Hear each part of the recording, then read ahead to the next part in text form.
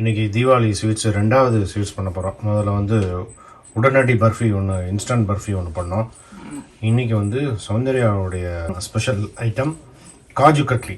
ஆமாம், அவள் தலை தீபாவளி இல்லையா, விசேஷ சௌந்தர்யாவுக்கு. ஆமாம், தலை தீபாவளிக்கு காஜு கட்லி சௌந்தர்யா வந்து காஜு கட்லி கேட்டேன். ஃபர்ஸ்ட் டைம் பண்ணுறேன் நான். வீடியோக்கு காமிச்சதில்லை, ஆத்துலேயும் பண்ணதில்லை. எனக்கு தெரியும் எப்படி பண்ணணும்னு தெரியும். எனக்கு என்னன்னா அந்த முந்திரி பருப்பு இருக்கு இல்லையா, முழு முந்திரி பருப்பை நல்லா 2 hours ஊற வச்சுட்டேன். நல்லா சாஃப்ட் ஆகிடுச்சு பிறகு உடையுது பார்த்தீங்களா. இப்போ இது வந்து நல்லா ஜலம் தெளிச்சு நைஸாக அரைச்சிக்கணும். ஜலம்லாம் அரைக்க முடியாது, அரைச்சிக்கணும். என்னன்னா 2 ஈக்குவல் அளவு. எவ்வளோ முந்திரி பருப்பு எடுத்துருக்கோமோ அதே அளவு தான் சர்க்கரை. ஆமாம், இது சர்க்கரை பொடி. இப்போ மெஷர்மெண்ட் இருந்துன்னு வச்சுங்களேன், இப்போ 200 கிராம் 400 கிராம் எடுத்துக்கலாம். மெஷர்மெண்ட் ஆற்றுல நிறைய இருக்கும்போது எடுக்க முடியாது இல்லையா. சொன்னாலும் இந்த கப்பு இருக்கு இல்லையா, இந்த கப்பில் கோபுரமா 3 கப்பு வந்து முந்திரி பருப்பு போட்டேன். தலையை தட்டி வந்து சர்க்கரை எடுத்துட்டேன். சர்க்கரை பொடி போட்டு சர்க்கரை வந்து கொஞ்சம் பொடி நைஸாக பொடி பண்ணிட்டு சர்க்கரை அது இது நல்லா நைஸாக ஜலம் விட்டு ஜலம் தெளிச்சு அரைச்சிக்க போகிறேன். ரெண்டே ஐட்டம் தான். 2 ஐட்டம் ரொம்ப சிம்பிளாகவும் ஃபாஸ்ட்டாகவும் பண்ணிடலாம். ஓகே, இதில் வந்து என்ன ஆச்சு அப்படின்னா, நீ வந்து அந்த மாவை கிளற இல்லையா, அந்த கிளறும் போது கரெக்டாக பதத்தோட கிளறதுனா உனக்கு வந்து கடைசியில் அந்த அந்த கட்லி வரும். அதில் தான் இருக்கு கேட்ச், அதில் தான் இருக்கு. சரி, ஜலம் வலிச்சுக்கிறேன் ஃபர்ஸ்ட். ஓகே, இந்த ஒரு கப்பில் வந்து ஒரு பாதி ஜலம் சேர்வாங்கன்னு நினைக்கிறேன். அது விட்டு அரைக்கிறது நைஸாக. சுகர் பொடி பண்ணிட்டேன், அதனால வெள்ளையாக இருக்குது மிக்ஸி. இப்போ ஜலம் விட்டு லேசாக விட்டு நல்லா அரைச்சிக்கிறேன். ஜலம் விட்டு அரைக்கணும் கொஞ்சம் நல்லா நைஸாக அரைச்சுட்டேன். பேஸ்ட் மாதிரி அடுப்பு ஒன்று பற்ற வைக்கல. இதையும் சர்க்கரையும் ஃபஸ்ட்டு போட்டு கனமான பாத்திரம் எடுத்துட்டு அதில் வந்து போட்டுருந்தேன். 2த்தையும் போட்டுட்டேன். அரைச்ச இதில் பொடியும் போட்டுட்டு நல்லா கலந்துட்டு அப்படியே இது பண்ணேன். அடுப்பு வந்து அவ்வளோக்கு ரொம்ப ஹீட் இல்லை, சிம்மில் வச்சுருக்கேன். இந்த கரண்டி வந்து இதுமாரி கொஞ்சம் என்னென்னா அடி பிடிக்காமல் இருக்கிறதுக்காக கொஞ்சம் இந்த மாதிரி ஷார்ப்பாக இருந்து எடுத்துட்டோம்னா நல்லாயிருக்கும். அதுக்காக எடுத்துட்டுருக்கேன். அடுப்பு பற்ற வச்சுருக்கேன். அப்படியே போட்டு கிண்ட வேண்டியதான். கொஞ்சம் அடிச்சு கிளம்பணும் அப்படிலாம் வேணும். சாதாரணம் என்ன பண்ணுறோம் என்னென்னா ஃபஸ்ட்டு கொஞ்சம் ஜலம் விட்டு கொஞ்சம் சர்க்கரை ஜலம் இருக்கிறதுனால கொஞ்சம் சர்க்கரை இது இலகும். அப்புறம் கொஞ்சம் கெட்டியாகும். கெட்டியாகும் போது என்ன பண்ணணும்னா நம்ம அதை பார்க்கணும், அந்த பதம் தான் பார்க்கணும். சில பேர் என்ன பண்ணுவோன்னா இது சர்க்கரை பாக்கு வச்சுட்டு முந்திரி பருப்பு வந்து பொடி பண்ணிட்டு சர்க்கரை பாக்கில் போட்டு கிண்டுவாங்க. அந்த மாதிரியும் பண்ணலாம், இப்படியும் பண்ணலாம். இது ஈஸி ஆக்சுவலாக. மோஸ்ட்லி தப்பாது, பதம் தப்பாது, நல்லா வந்துடும், கண்டிப்பாக வந்துடும். அதுக்காக இந்த மெத்தட் எடுத்துட்டேன். ஃபர்ஸ்ட் டைம் பண்ணுறா கூட கற்றுட்டுலாம். இப்போ சௌந்தர்யாவுக்கு சொல்லிக் கொடுக்குறதுனால இந்த மெத்தட் எடுத்துட்டேன். ஆமாம், இப்போ ஜலம் விட்டுருக்கா கொஞ்ச நேரம் அப்படியே அடுப்பில் வச்சுக்கிட்டு ஒரு 20 minutes ஆகும். 20 minutes ஆகும்போது கொஞ்சம் கெட்டி மாதிரி வரும். என்ன பண்ணணும்னா கொஞ்சம் கையில் எடுத்துட்டு உருட்டி பார்க்கணும். உருட்டுற மாதிரி வந்ததுன்னா போர்னு அர்த்தம், அடுப்பு ஆஃப் பண்ணிக்கலாம். இப்போ என்னமோ கொஸ்டின் கேட்க ரெடியாக இருக்காது. என்னது? ஆமாப்பா, நம்ம எல்லாம் தீபாவளிக்காக தான் பண்ணிட்டு இருக்கோம். ஸ்வீட்ஸ் எல்லாமே அடுத்தடுத்து பண்ண போறது எல்லாமே தீபாவளிக்காக தான். ஸோ தீபாவளினா என்னன்னு எல்லாருக்குமே தெரிஞ்சிருக்கும், ஏன் கொண்டாடுறோம். ஏன்னா நரகாசுரனை வந்து கிருஷ்ணர் வதம் பண்ணிடுவார். அவனுக்கு வந்து அவன் இறந்து போன நாளை வந்து எல்லாம் சோகமா இருந்து கஷ்டப்படக்கூடாது. ஏன்னா ஏற்கனவே அவன் நிறைய கஷ்டப்படுத்தி இருப்பான் எல்லா மக்களையும். ஸோ அதனால அவங்க எல்லாரும் அந்த நாளை வந்து செலிப்ரேட் பண்ணும். எல்லாரும் வந்து நல்லா புது ட்ரெஸ் போட்டுண்டு நல்லா ஸ்வீட்ஸ் காரெல்லாம் சாப்பிட்டுண்டு பட்டாசு வெடிச்சுண்டு ஜாலியா இருக்கணும் அவ ஃபேமிலியோட அப்படிங்கிற இவ்வளோ நாள் அப்படிங்கிற ஒரு ஹிஸ்டரியில தான் நம்ம வந்து தீபாவளியை பத்தி தெரிஞ்சுட்டு இருக்கோம். ஆக்சுவலி தீபாவளி வந்து கண்டிப்பா அதுக்கு வந்து ஒரு லைஃப் லெசன் ஏதாவது இருக்கும் நம்ம அதை செலிப்ரேட் பண்றதுக்கு. ஸோ அது அந்த இது என்னப்பா? ஓகே, ஸோ அது என்ன பிரின்சிபல், இந்த ஸ்டோரிக்கு பின்னால என்ன அர்த்தம் இருக்கு அப்படிங்கிறத பார்க்கலாமா? கிண்டும் போது அடி பிடிக்காம இருக்கிறதுக்கு இப்படி கிண்டணும். அதுதான் இந்த தோசை தூக்கி வச்சுருந்தேன். அந்த மாதிரி ஈஸியாக இருக்கும். அடுப்பை சிம்லேயே வச்சுக்கலாம், இப்பயும் பெருசே வேண்டாம். வச்சுக்கின்னா அம்மா எங்களுக்கு தலை தீபாவளி ஸ்பெஷல் வந்து காஜு கட்லி, ஆதியாக்கும் தலை தீபாவளி, அண்ட் ஆதியாக்கும் தலை தீபாவளி, அப்புறம் மன்னி அண்ணா எல்லாருக்குமே வந்து டிஃப்ரெண்ட் ஸ்வீட்ஸ் பிடிக்கும். ஸோ என்னென்னலாம் வந்து இந்த தீபாவளி லிஸ்ட்ல வந்து என்னெல்லாம் பண்ண போறோம்? என்ன டிஷ்ஷா வேணும் உனக்கு? ஸோ ஆதியா எதுவும் சாப்பிட முடியாது, ஆதியா பேர் சொல்லி நான் தான் சாப்பிடுவேன். ஸோ அவளுக்கும் சேர்த்து நான் 2 ஐட்டம் சொல்லியிருக்கேன் அம்மா கிட்ட.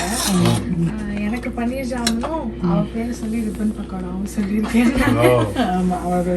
பன்னீர் ஜாமுன் ரிப்பன் பக்கோடா, ஆமா, காஜு கட்லி ரெடி ஆயிட்டு இருக்கு. ஆமா. அப்புறம் வேற அதுக்கப்புறம் அப்புறம் நேமம் ஸ்வீட்ஸ் காரணம் சொன்னீங்க பாக்கர்வாடி. பாக்கர்வாடி அது ரக்ஷா சொல்லியிருக்கா, ரெசிபி சொல்லியிருக்கா. நீ சாப்பிட்டுருக்க? அது பண்ணணும். அது எனக்கு இந்தியாவில் ரொம்ப பிடிக்கும். ஹல்திராம்ஸ்ல யூஸ்லாம் வரும்.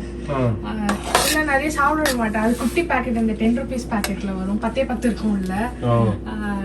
அது வாங்கி சாப்பிடுவேன், ரொம்ப நல்லா இருக்கும். அண்ட் ஈஸியும் கூட, ஆத்லயே கூட பண்ணலாம். So we can expect paneer jamun, bakarwadi and ribbon pakoda for Diwali. Mixture உங்களுக்கு மிக்சர் வேணும்? Mixture okay. இதெல்லாம் கெட்டியான தண்ணி ஜலமா இருக்கு இல்லையா, கெட்டியான. இங்க பாருங்க, வந்து ஒரு பிளேன்ல வந்து பட்டர் பேப்பர் போட்டிருக்கு. சுருள வரணும். ஆமாப்பா.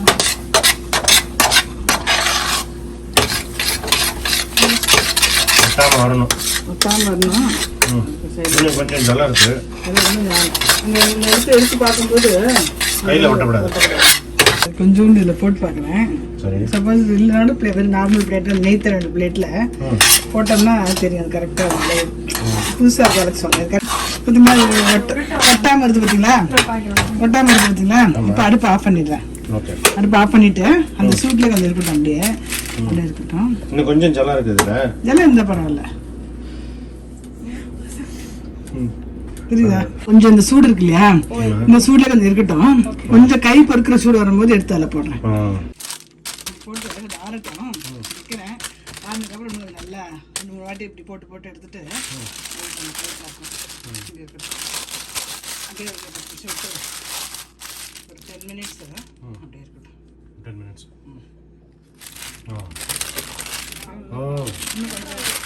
இன்னும் கொஞ்சோண்டு நல்லா அது நல்லா இருக்கும்.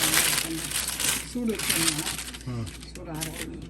பட்டர் பேப்பர் இல்லைன்னு வச்சுக்கோங்களேன், இந்த கோயில் இருக்கு இல்லையா, இந்த கோயிலில் கொஞ்சம் நெய்யை தடவின்ட்டு பண்ணால் ஒட்டாமல் வரும். இதுலேயே நெய் விட்டுக்கும். இந்த முந்திரி இருக்கு இல்லையா, முந்திரி இருக்கிறதே கொஞ்சம் நெய் விட்டுக்கும் கொஞ்சம். அதனால தான் பொடி பண்ணும்போது சம்டைம்ஸ் பொடி பண்ணி பண்ணுறாங்கல்ல, கரெக்டாக பொடி பண்ணணும். இந்த பொடி பண்ணும்போது நெய் எண்ணெய் விட ஆரம்பிச்சதுன்னா இந்த இது வராது, இந்த கேக் கரெக்டாக வராது. ஸோ அதனால தான் அரைச்சி பண்ணாங்க.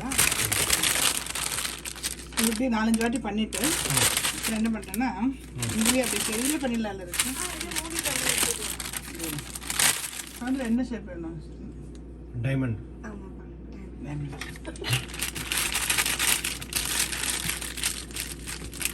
அந்த கடை நான் சொல்லிட்டேன். டைமண்டா என்ன ஷேப் வேணும்? யூஸ்வலாக டைமண்ட் தான் பண்ணுவாங்க.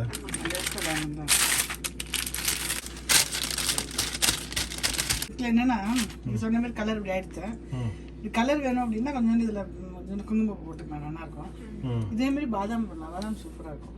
ஓ அப்படியே அதுவும் பண்ணிக்கானுங்க பண்ணலாம். பாதாம் கட்லி. இதில் கொஞ்சோண்டு இப்போ இது பண்ணிட்டேன், கொஞ்சம் நெய் தருவிட்டேன். ஓகே. கொஞ்சம் ஆறணும் அப்படியே எடுத்து காமிக்கலாம். அப்படி போட்டுட்டு விட்டுறேன். பண்ணிட்டு இதுக்கு வந்து இப்படி கிராஸாக போட்டுடணும். போடுறேன். டைமண்ட் ஷேப்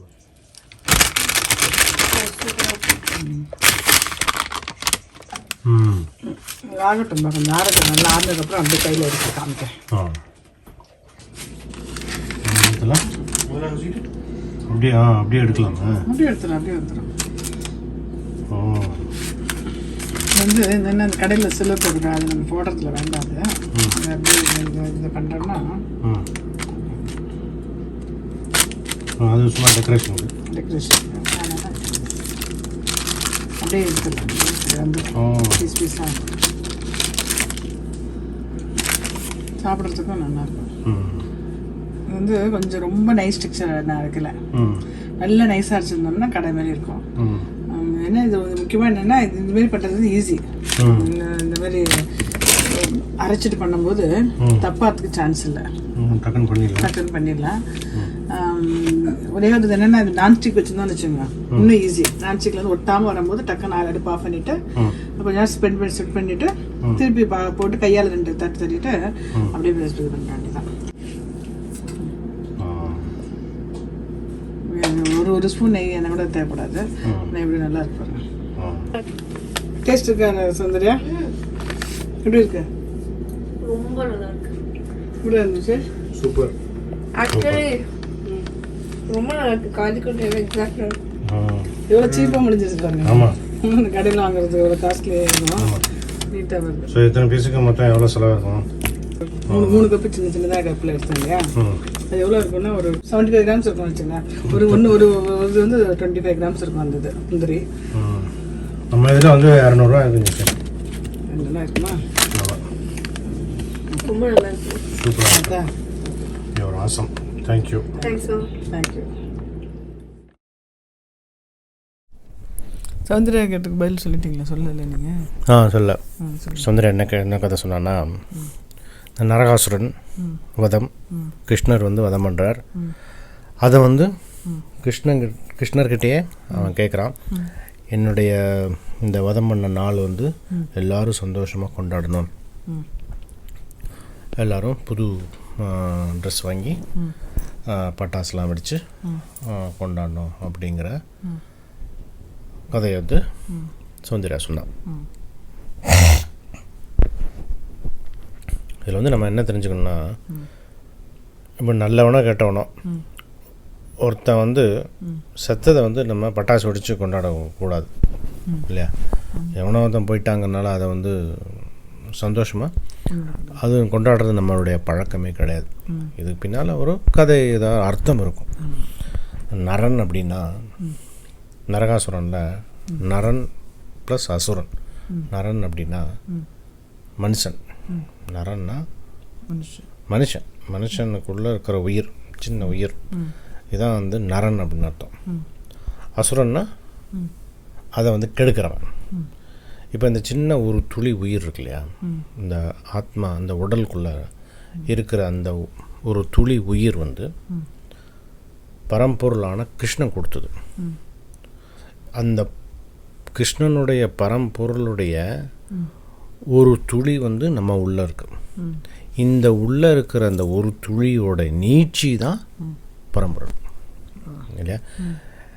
இப்போ இதனை வந்து புரிஞ்சு அதை வந்து எப்படியே அவன் நமக்கு எப்படி கொடுத்தானோ அதே மாதிரி திரும்ப நம்ம வந்து அவன்கிட்ட ஒப்படைக்கணும். அப்பழுக்கு இல்லாமல் அழகாக அந்த ஆத்மாவை அவன்கிட்ட கொடுக்கணும். அதுதான் வந்து சரணாகதி அப்படின்னு சொல்லுவாள்.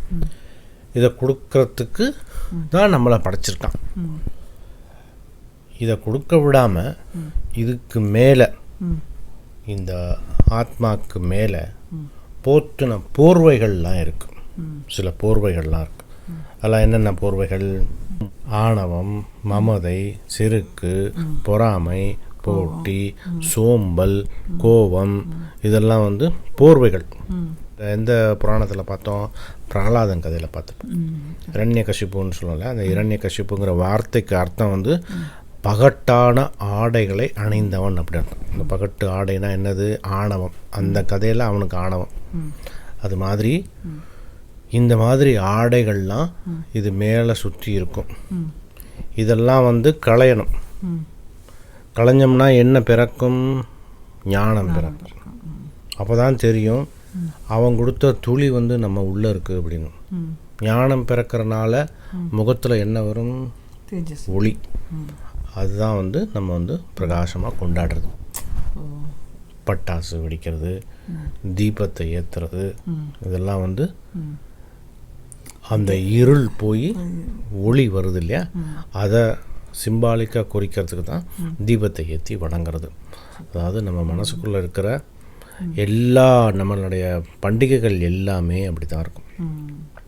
இது வந்து சில இடங்களில் வந்து ராமன் வந்து ராவண வதம் ஆனதுக்கப்புறம் சீதை அயோத்திக்கு கூட்டின்னு போகிற நாளை வந்து தீபாவளி நாள் அப்படின்னு சொல்லுவாள்.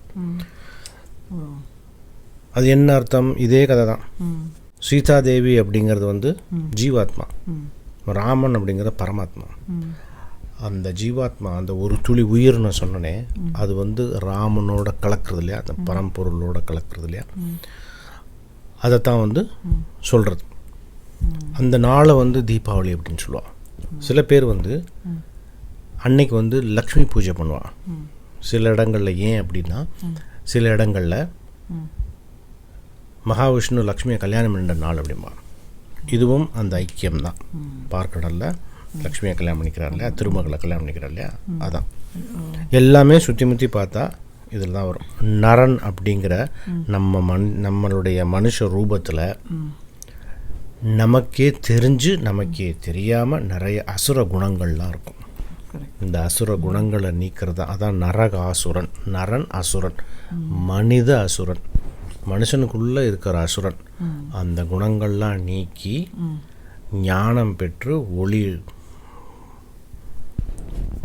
ஒளி கிடச்சி நம்ம கொண்டாடுறோம். பகவானையும் நினச்சிட்டு இருக்கணும், பெருமாளையும் நினச்சிட்டு இருக்கணும். அப்படிங்கிறது தான் இது வந்து சிம்பாலிக்காக இந்த தீபாவளி அப்படிங்கிறது பட்டாசு வெடித்து தீபம் ஏற்றி கொண்டாடுறோம். இதுதான் வந்து தீபாவளியோட பிரின்சிபல். இது ஏன்னா இப்போ நம்ம கதை, நமக்கு தெரிஞ்ச கதை இருக்கு இல்லையா, ஒரு நரகாசுரனை வதம் பண்ணிட்டார் கிருஷ்ணன், அன்னைக்கு வந்து நம்ம பட்டாசுலாம் வெடிக்கிறோம் அப்படின்னா, இந்த ஒரு சாதாரணமான கதைனால் தீபாவளி இவ்வளோ பாப்புலர் ஆக முடியுமா? தீபாவளி இந்தியாவில் மட்டும் கிடையாது, சிங்கப்பூர், மலேசியா, கென்யா, நேபாள், எல்லா நாட்டிலையும் தீபாவளி வந்து ரொம்ப பாப்புலர். அமெரிக்காலேயும் பாப்புலரான ஏன் அப்படின்னா அதுக்கு பின்னால் இருக்கிற தத்துவம். இந்த தத்துவத்தை வந்து நம்ம மனுஷனுக்குள்ளே இருக்கிற அசுர குணங்களை நீக்கணும் அப்படின்னு சொல்கிறது இந்த தீபாவளி. நல்லா எக்ஸ்பீரியன்ஸ். நல்லா இருந்தா? சூப்பராக. Okay, thank you.